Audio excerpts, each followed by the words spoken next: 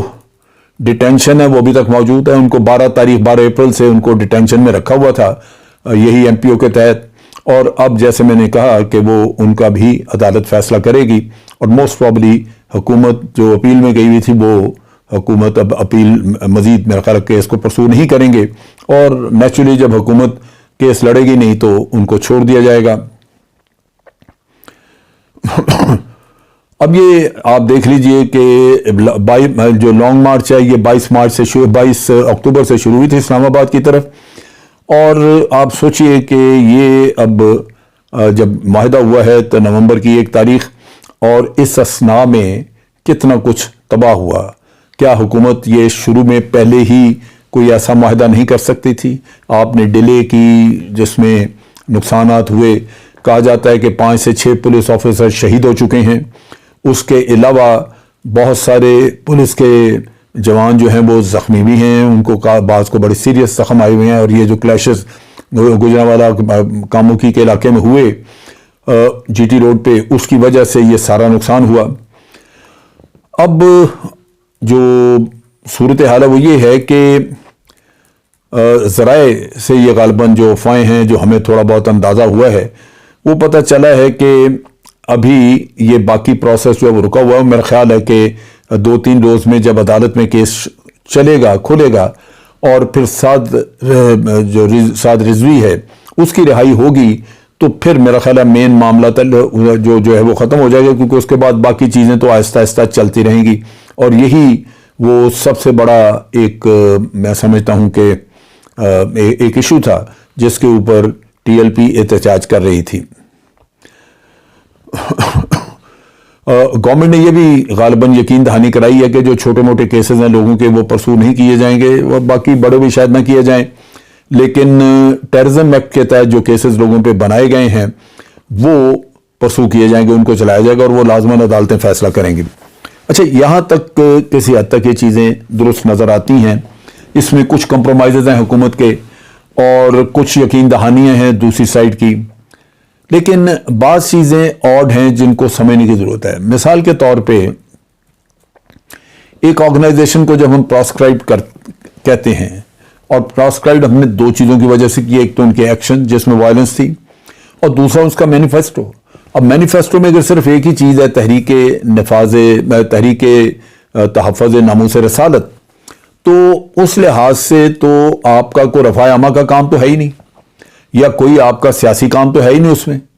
یہ تو ایک عام ایک دینی ٹھیکہ آپ نے لے لی, ایک فرینچائز لے لی ہے, ورنہ تو ہم سب کا فرض ہے کہ ہم نبی اکرم صلی اللہ علیہ وسلم کے ناموس کی حفاظت کریں, اور وہ حفاظت آپ نے اپنے اپنے ماحول میں, اپنے گھر میں, اپنے باہر جہاں آپ کام کرتے ہیں وہاں کرنی ہے. باقی تو دنیا میں جہاں کہیں ہے اس کے لیے حکومت کام کرے گی, لیکن یہاں پہ اس کا مجھے کوئی سیاسی رول نظر نہیں آتا. اب جب یہ سیاسی رول نظر نہیں آتا یا سیاسی ان کا ہے نہیں کوئی طریقہ کار, کوئی کام, تو پھر ان کو کیوں یہ سیاست کی طرف کیوں ان کو ڈالا گیا, کیوں ان کو یہ حکومت نے مان لیا کہ یہ جو ان کا رول ہے سیاست میں وہ بحال کیا جائے گا, یا ان کو سیاسی پارٹی کے طور پہ مانا جائے گا. اب سیاسی پارٹی کے طور پہ اگر صرف تحریک اس کی یہ تحفظ ناموس رسالت ہے تو وہ اسمبلی میں جا کے وہاں پہ کون سا خطرہ ہے جناب اسمبلی میں تحریک یہ اس کو ناموس رسالت کو جس کے لیے جائیں گے وہاں پہ. سو یہ ان کے ساتھ پولیٹیکل پارٹی بنانا کوئی غلط بات نہیں ہے, لیکن پولیٹیکل پارٹی میں بعض بن جانے سے جب وہ رجسٹر ہو جاتی ہے تو بعض چیکس اس کے اوپر آ جاتے ہیں, اس کے سورسز آف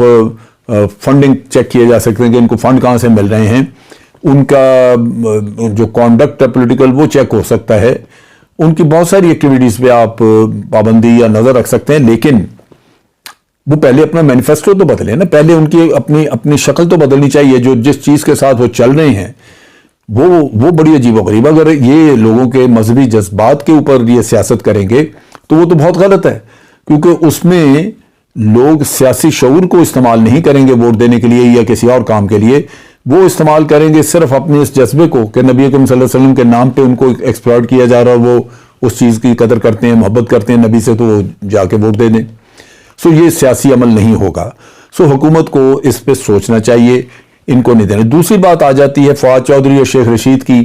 دو بڑی عجیب و غریب قسم کی، دونوں کی ایک متضاد قسم کی پریس کانفرنسز ہوتی تھیں۔ فواد چودھری صاحب نے ان پہ یہ بھی الزام لگایا